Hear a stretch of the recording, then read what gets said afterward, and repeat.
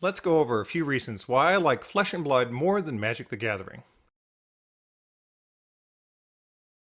Hi friends, welcome back to Nearly Sane Games. I'm Neil, and today I'm talking about why I like Flesh and Blood more than Magic the Gathering. Now, while the card games have a lot of similarities, I think the differences really put Flesh and Blood ahead of the pack in what I'm looking for in a card game. Let's take a look.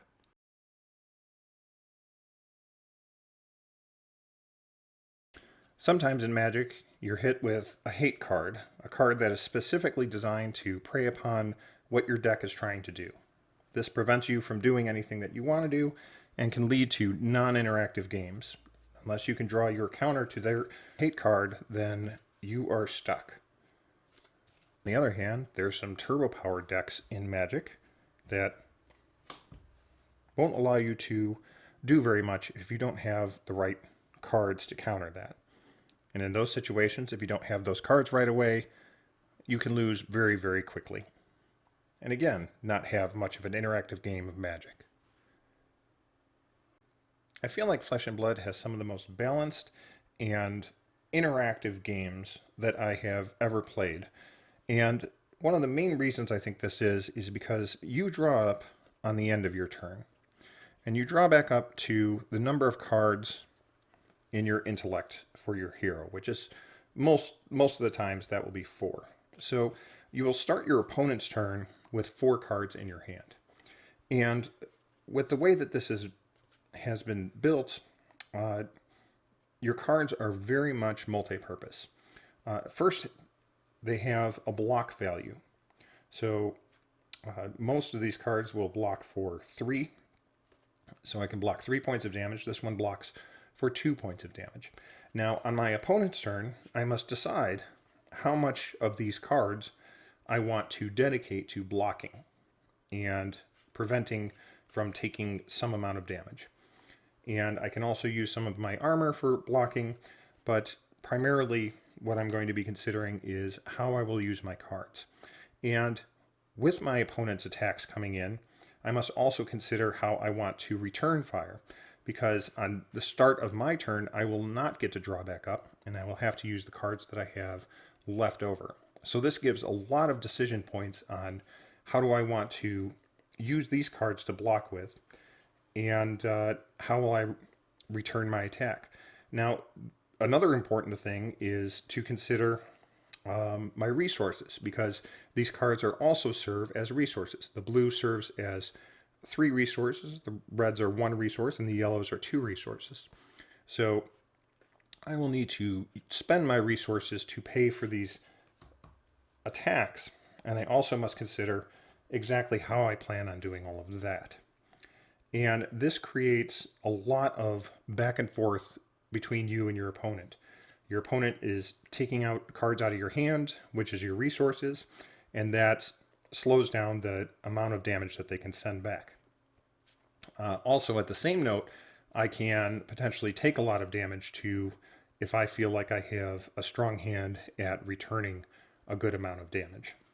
I compare it to some of the most fun games of Magic that you've ever played. When you have those games where they're putting down a creature, you're killing their creature, you're fighting back with this, and they're very not one-sided. It's very much a back and forth as to who has the advantage in the game. And I think that makes excellent matches for most players that you play against.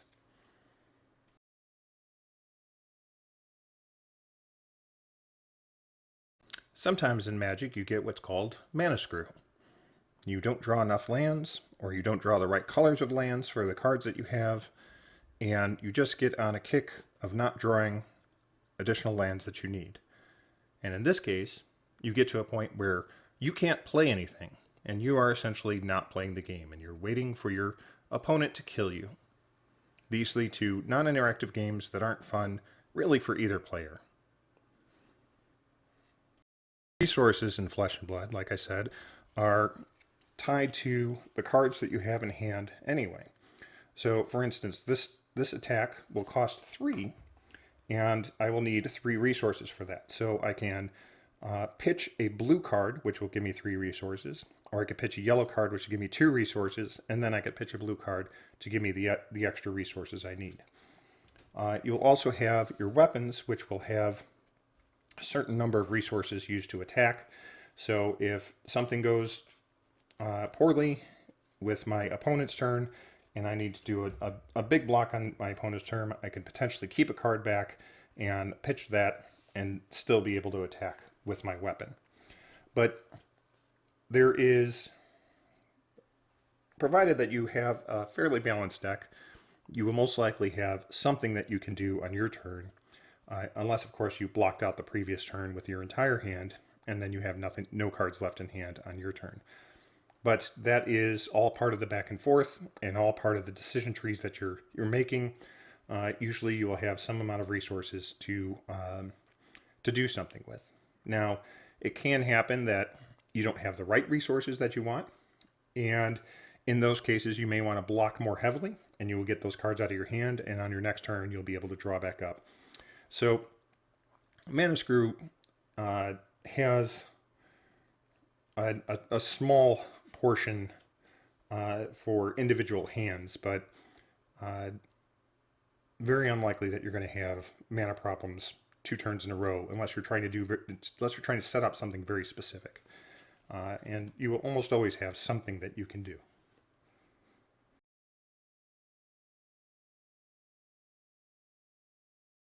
One of the things I like about Flesh and Blood more than Magic is that we have equipment and weapons. And the reason I like this is that this can really change the way that early damage comes through. There can be, if a big hit's coming in early on, you can use equipment to potentially block that out. If you have to use your hand to block out a big attack, you potentially still can use your weapon if you save a resource for that and still have an attack to do to keep the pressure on. There are also some hate cards that can be put into some of these slots. Now these are not quite as devastating as the Magic hate cards. This one you need to sacrifice in order to activate it. You can make a player re-roll their roll if they're rolling dice. Heart of Ice you need to pay for each time that you use it. So these cards can do some work and you have immediate access to them right off the bat. Even if they come at you from the first turn, you can activate these and potentially slow down your opponent. But again, they're only a temporary stopgap and they can make things a little bit better for you, but not necessarily the hate cards in the way that, say, a Blood Moon is a hate card. And these can also allow you to block an attack and potentially save your cards in your hand for a big return attack. And part of using your equipment is part of figuring out how to exactly play your hero and get the most benefit out of them.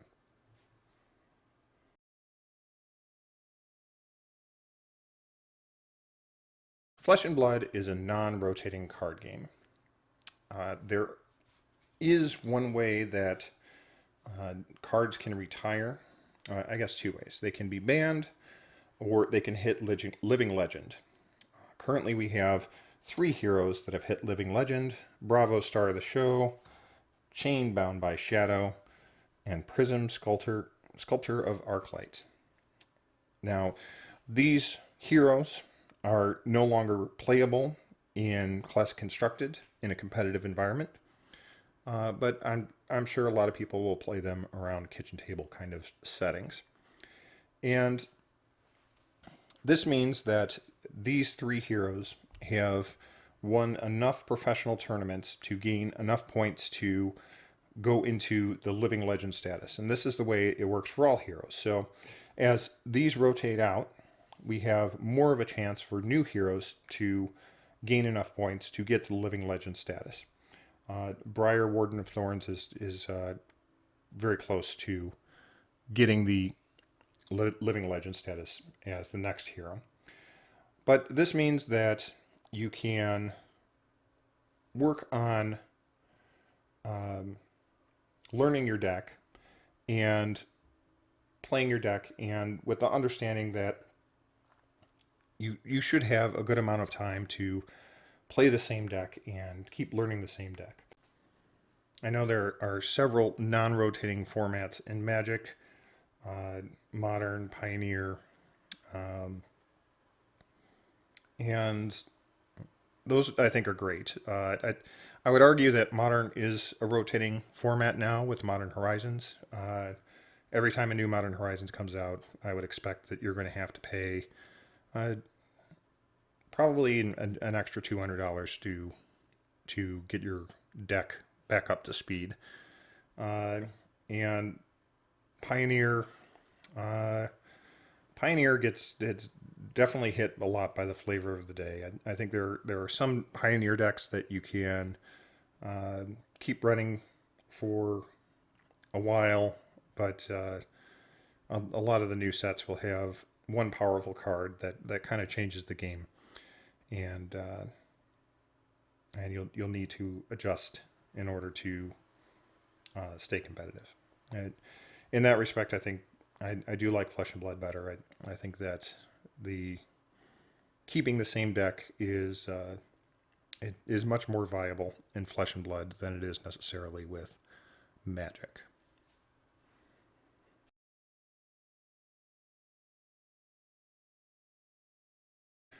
One point that I gotta say against Flesh and Blood is the legendary equipment.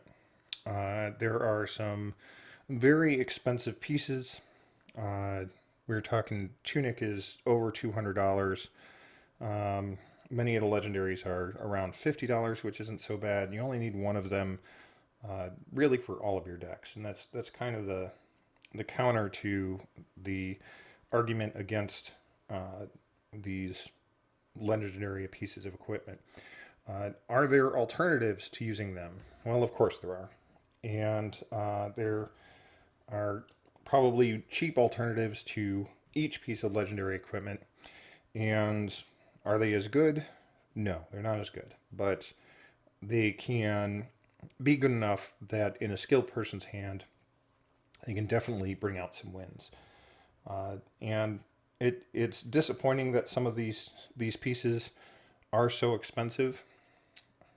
But um, I think if you're get into any card game, you will have some of the expense problem. I dislike that these are individual pieces, can be, over $100, over $200. That's really hard. You can't piecemeal your way into one of these decks. But let's talk about Magic for just a second on the flip side of that. Before I got out of Magic, I was attempting to build Jund. And out of Jund, you need your Tarmogoyfs, you need your Liliana of the Vales, you need your Shocklands, you need your Fetch lands. And I was building Jund, and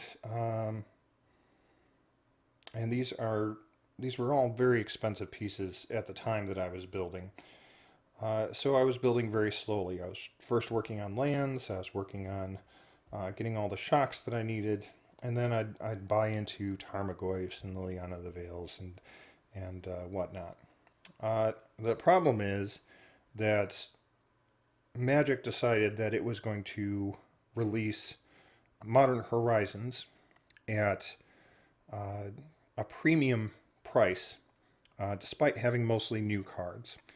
And the premium price included staples like Renin 6, which I don't have an example of here because it's one of the reasons that I actually left Magic, was because I was spending a lot of money trying to get into, at the time, one of the most expensive decks in Modern. And Wizards of the Coast decided to drop an additional, I don't know, $250 bill on me that I needed to drop before I could still be competitive. And Jund, I don't think, is anywhere in the current meta because of Modern Horizons 2 has created a bunch of new decks that you need those cards for. You need the one drop monkey or you're not playing. kind of thing. And I was very frustrated. Uh, Now, it was a little bit easier to. Liliana was 80, 90 bucks. It's still a very expensive piece in Magic, and I think the Power Monkey is certainly up there. Uh, and you need four of them. And uh, so on the flip side, if you're getting into some of the expensive decks on Magic, um, you're also going to be spending a good amount of money. So despite the legendaries in Flesh and Blood costing a lot, the cards in your deck are going to be costing a lot, and there's not much way to get around that. And if you're not running with the Lilianas, you're not running with the Tarmogoyfs, you're not playing Jund. Um, and I think that there's uh, plenty of other decks in Modern, in in Pioneer, that you'll find similar cards with. That if you don't have those cards, you're playing a really underpowered version of that deck. So uh, having to invest in a Spring Tunic, a Skullcap, to have them amongst your collection, and have them usable in all of your decks. It's not like if you're not playing black, you can't run a Tunic, but um, yeah. So I think it's a little bit fair on either side. I, again, I don't like that you have to pay $200 to get this one card, where you can slowly buy into your Lilianas if you need them. But at the same time, I've played underpowered decks. I played Tron with one Karn, and it really is not the same deck. So um, yeah, I think that's a little bit of a wash between the two card games.